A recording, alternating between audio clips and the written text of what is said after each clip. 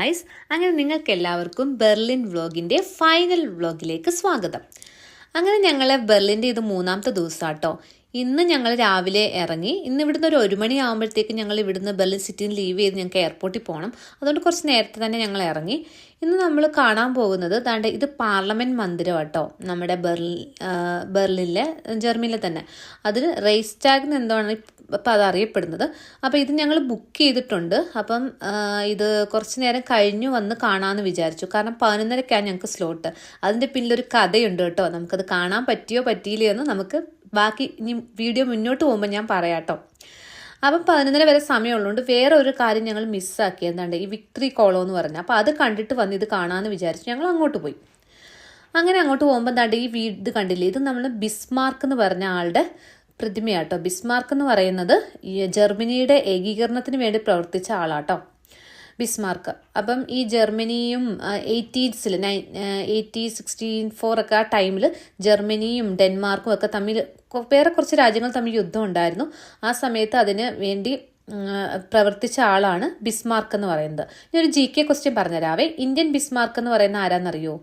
അറിയില്ലെങ്കിൽ കേട്ടോ, സർദാർ വല്ലഭായ് പട്ടേൽ. അതായത് നമ്മുടെ നാട്ടുരാജ്യങ്ങളെ ഏകീകരിക്കാൻ വേണ്ടി ശ്രമിച്ചില്ല, ഇന്ത്യൻ യൂണിയനിൽ ലയിപ്പിക്കാൻ ശ്രമിച്ചത് കൊണ്ട് അദ്ദേഹത്തെയാണ് ഇന്ത്യൻ ബിസ്മാർക്ക് എന്ന് പറയുന്നത്. അതേപോലെ തന്നെ ഈ ബിസ്മാർക്കാണ് ജർമ്മനിയിലെ ആദ്യ ചാൻസലർ എന്നും അറിയപ്പെടുന്നത്. അപ്പോൾ അതാണ്ട് ഇതാണ് വിക്ടറി കോളം കേട്ടോ. അപ്പോൾ അങ്ങനെ ഒരു യുദ്ധം ഉണ്ടായപ്പം അങ്ങനെ ജർമ്മനി ഏകീകരിച്ച് ജർമ്മൻ രാജ്യത്തെ ഒന്നിപ്പിച്ചതിൻ്റെ ഭാഗമായിട്ട് ഇങ്ങനെ വിക്ടറി കോളം എന്ന് പറഞ്ഞ ഒരു സ്തൂപം അവിടെ ഉണ്ടാക്കി വെച്ചു. ഒരു ഗ്രീക്ക് ദേവതയെ വിക്ടോറിയ എന്നറിയപ്പെടില്ലേ? വിക്ടറിയുടെ ദേവത ഗ്രീക്കിന് വിക്ടോറിയ എന്നറിയപ്പെടും. അതിൻ്റെ രൂപത്തിലുള്ളൊരു പ്രതിമയാണിത് കേട്ടോ. ഇതിലേക്ക് നമുക്ക് വരാൻ വേണ്ടി 4 സൈഡിലും ഒരു ടണലുണ്ട്. അപ്പം നമുക്ക് ഈ ടണൽ വഴി ഈ വിക്ടറി കോളത്തിൻ്റെ ആ സ്തംഭത്തിൻ്റെ അടുത്തെത്താൻ പറ്റും. ഞങ്ങൾ അങ്ങോട്ടൊന്നും പോയില്ല, കാരണം നമുക്ക് 11:30 ആകുമ്പോൾ അവിടെ പോകണമല്ലോ, പാർലമെൻറ്റ് മന്ദിരം കാണണമല്ലോ. അപ്പോൾ അതുകൊണ്ട് ഞങ്ങൾ ജസ്റ്റ് അതെല്ലാം കണ്ട് അവിടുന്ന് കുറച്ച് ഫോട്ടോ എടുത്ത് നേരെ ഇവിടെ വന്നു. ഇവിടെ വന്നപ്പോഴല്ലേ രസം. നമ്മൾ 21-ലായിരുന്നു ഇത് ബുക്ക് ചെയ്ത്. അപ്പോൾ 21 ആയിരുന്നു അന്ന്. അപ്പം ഞങ്ങൾ ടിക്കറ്റ് എടുത്ത ആ സ്ലിപ്പ് പ്രിൻ്റ് എടുത്തായിരുന്നു. അത് അവിടെ ടിക്കറ്റ് കൗണ്ടറിൽ കാണിച്ചു. അപ്പോഴാണ് ഞങ്ങൾ ശ്രദ്ധിക്കുന്നത്, ഹസ്ബൻഡ് ബുക്ക് ചെയ്ത് 21 എന്നുള്ളത് 28 ആയിരുന്നു ഡേറ്റ്. പുള്ളി പറയുന്നത് 21 ആണ് ഞാൻ ബുക്ക് ചെയ്തത്, പക്ഷേ ഓട്ടോമാറ്റിക്കായിട്ട് അന്ന് സ്ലോട്ട് ഇല്ലാത്തതുകൊണ്ട് 28ലേക്ക് തന്നെയാന്ന് പറഞ്ഞു. അപ്പം പിന്നെ നമുക്ക് കാണാൻ പറ്റിയില്ല. അങ്ങനെ ഞങ്ങൾ ആ സമയത്താണ് സത്യം പറഞ്ഞാൽ അത് കാണാൻ പറ്റിയില്ല. പക്ഷെ ഇതിൽ അതിൻ്റെ അകത്ത് കയറി നമുക്കൊരു ഡോം പോലുണ്ട്. അതിൻ്റെ മുകളിൽ കയറി ഗ്ലാസ് ഷീറ്റ് കൊണ്ടാണ് വെച്ചേക്കുന്നത്. അപ്പോൾ അതിൽ നിന്ന് നമുക്ക് ജസ്റ്റ് പാർലമെൻ്റൊക്കെ അടിയിൽ കാണാൻ പറ്റും. സുതാര്യമായ ഒരു ഭരണമാണെന്ന് കാണിക്കാൻ വേണ്ടിയാണ് അവരിങ്ങനെ ഓപ്പൺ ആയിട്ടുള്ള ഗ്ലാസ് ഒക്കെ വെച്ചേക്കുന്നതെന്ന് പറയുന്നത്.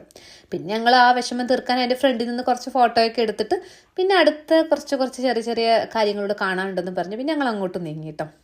അപ്പം പിന്നെ വിചാരിച്ചു ഇനിയിപ്പോൾ ഈ പാർലമെൻറ്റ് മന്ദിരം കണ്ടില്ലെങ്കിൽ ഇന്ത്യൻ പാർലമെൻറ്റ് മന്ദിരം അകത്ത് കയറി കണ്ടില്ല, ഇനി നമുക്ക് അത് കാണാമെന്ന് ഞങ്ങളങ്ങനെ മനസ്സിൽ വിചാരിച്ചു. അങ്ങനെ ഞങ്ങൾ കുറച്ച് മുന്നോട്ട് പോയപ്പോൾ ഉണ്ടല്ലോ, ഇതെന്ന് പറയുന്നത് ഒരു നാഷണലിസം ടൈമിൽ സിന്താൻ റോമ കുറച്ച് പേര് കൊല്ലപ്പെട്ടായിരുന്നു ആ ഒരു സമയത്ത്. അപ്പോൾ അതിൻ്റെ ഓർമ്മയ്ക്കായിട്ട് നിർമ്മിച്ചൊരു കുളമാണ് കേട്ടോ ഈ ബ്ലാക്ക് റിങ്ങോ അങ്ങനത്തെ പോലത്തെ കുളം. അതെങ്ങനെ ഫ്രണ്ടിൽ എഴുതി വെച്ചു, ഡീറ്റെയിൽ ആയിട്ട് എനിക്ക് അറിയത്തില്ല.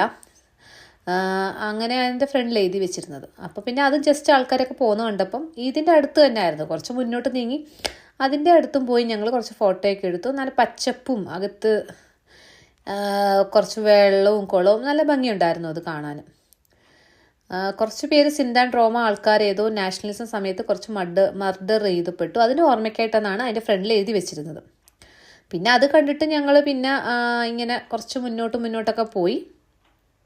അങ്ങനെ അതൊക്കെ കണ്ടിട്ട് പതുക്കെ ഞങ്ങൾ മുന്നോട്ട് പോയി. അതിൻ്റെ ഒരു മെമ്മോറിയലായിട്ടാട്ടോ ഇത് നിർമ്മിച്ചേക്കുന്നത്. അങ്ങനെ പിന്നെ വീണ്ടും ഞങ്ങൾ അലക്സാണ്ടർ പ്ലാസിൽ വന്നു. ജസ്റ്റ് അവിടെ ഇരുന്നു. ജസ്റ്റ് അപ്പോഴത്തേക്കും ചെറുതായിട്ടൊന്ന് വിശക്കുന്നുണ്ടായിരുന്നു. അപ്പോൾ ചെറിയൊരു സ്നാക്സ് കഴിച്ചിട്ട് പിന്നെ ഞങ്ങൾ ഹോട്ടലിലേക്ക് പോകുമായിരുന്നു കേട്ടോ. ഇവിടെ നിന്നാണ് ഞങ്ങൾക്ക് ഹോട്ടലിലേക്ക് പോകേണ്ടത്. പിന്നെ വീണ്ടും ഞങ്ങൾക്ക് ഇവിടെയാണ് വരേണ്ടത്. ഇവിടെ നിന്നാണ് നമുക്ക് എയർപോർട്ടിലേക്കുള്ള ട്രെയിൻ. അങ്ങനെ ഞങ്ങൾ ഹോട്ടലിൽ പോയി ഞങ്ങളെ ചെക്കിങ് ബാഗൊക്കെ എടുത്തു കഴിഞ്ഞു വന്ന് ഇവിടെ വന്നു. അങ്ങനെ ഇത് കണ്ടോ, ഇത് ഇപ്പോൾ എസ് ബാങ്ക് എന്ന് പറഞ്ഞ സ്ഥലത്തേക്ക് പോകുന്ന ഒരു മെട്രോ ട്രെയിനാട്ടോ. ഇതിൻ്റെ കളർ കണ്ടിട്ട് നിങ്ങൾക്ക് എന്താ ഓർമ്മ വന്നത്? ഞങ്ങൾക്ക് ഓർമ്മ വന്നത് നമ്മുടെ KSRTC ബസ്സിൻ്റെ ഓർമ്മിക്കുന്ന കളറ് മെട്രോയ്ക്ക് കണ്ട യെല്ലോയും റെഡും. അപ്പം ആ ഒരു കളർ കണ്ടിട്ട് ആ ഒരു കോമ്പിനേഷൻ കണ്ടിട്ട് ഞാൻ ജസ്റ്റ് വീഡിയോ എടുത്തു. അവിടെ എയർപോർട്ടിലേക്ക് പോകാനുള്ള ട്രെയിൻ കാത്തു നിന്നപ്പോഴാണ് ഇത് കണ്ടത്. എനിക്ക് തോന്നുന്നു ഇതിൽ നിന്നായിരിക്കും നമ്മുടെ KSRTCക്ക് കളർ വന്നത്. മേ ബി ആയിരിക്കാം. അങ്ങനെ ഞങ്ങൾ കുറച്ചു നേരം നോക്കി ഇന്നപ്പോൾ തന്നെ ഞങ്ങളുടെ ട്രെയിൻ വന്നു. ഒരു മണിക്കൂറോളം യാത്ര ഉണ്ടായിരുന്നു കേട്ടോ ബെർലിനിൽ നിന്ന് എയർപോർട്ടിലേക്ക് ട്രെയിനിൽ. അങ്ങനെ ഏകദേശം ഒരു 2:30 ആയപ്പോഴത്തേക്കും ഞങ്ങൾ എയർപോർട്ടിലെത്തി. പക്ഷെ ഞങ്ങൾ ഫ്ലൈറ്റ് വരുന്നത് 5:30 അപ്പോൾ കുറേ സമയം ഉണ്ടായിരുന്നു.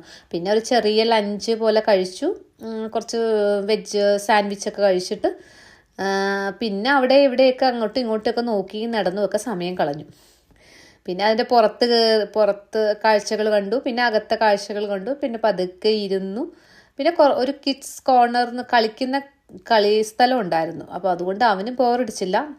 നമ്മളിങ്ങനെ കാഴ്ചകളെ കണ്ട് പതുക്കെ സമയം തള്ളി നീക്കി ഇങ്ങനെ ഇരുന്നു. അങ്ങനെ ഏകദേശം 5:30 ആയപ്പോഴത്തേക്കും ഞങ്ങളുടെ ഫ്ലൈറ്റ് വന്നു. ഞങ്ങളുടെ ബോർഡിങ് സ്റ്റാർട്ട് ചെയ്തു. അങ്ങനെ കുറേ നല്ല വിശേഷങ്ങളും കുറേ നല്ല അനുഭവങ്ങളും ഒക്കെ ആയി അങ്ങനെ ഈ ബെർലിൻ വ്ലോഗ് ഇവിടെ അവസാനിക്കുന്നു. നിങ്ങൾക്ക് എല്ലാവർക്കും ഇഷ്ടമായെന്ന് വിചാരിക്കുന്നു. Then, okay, take care, bye-bye.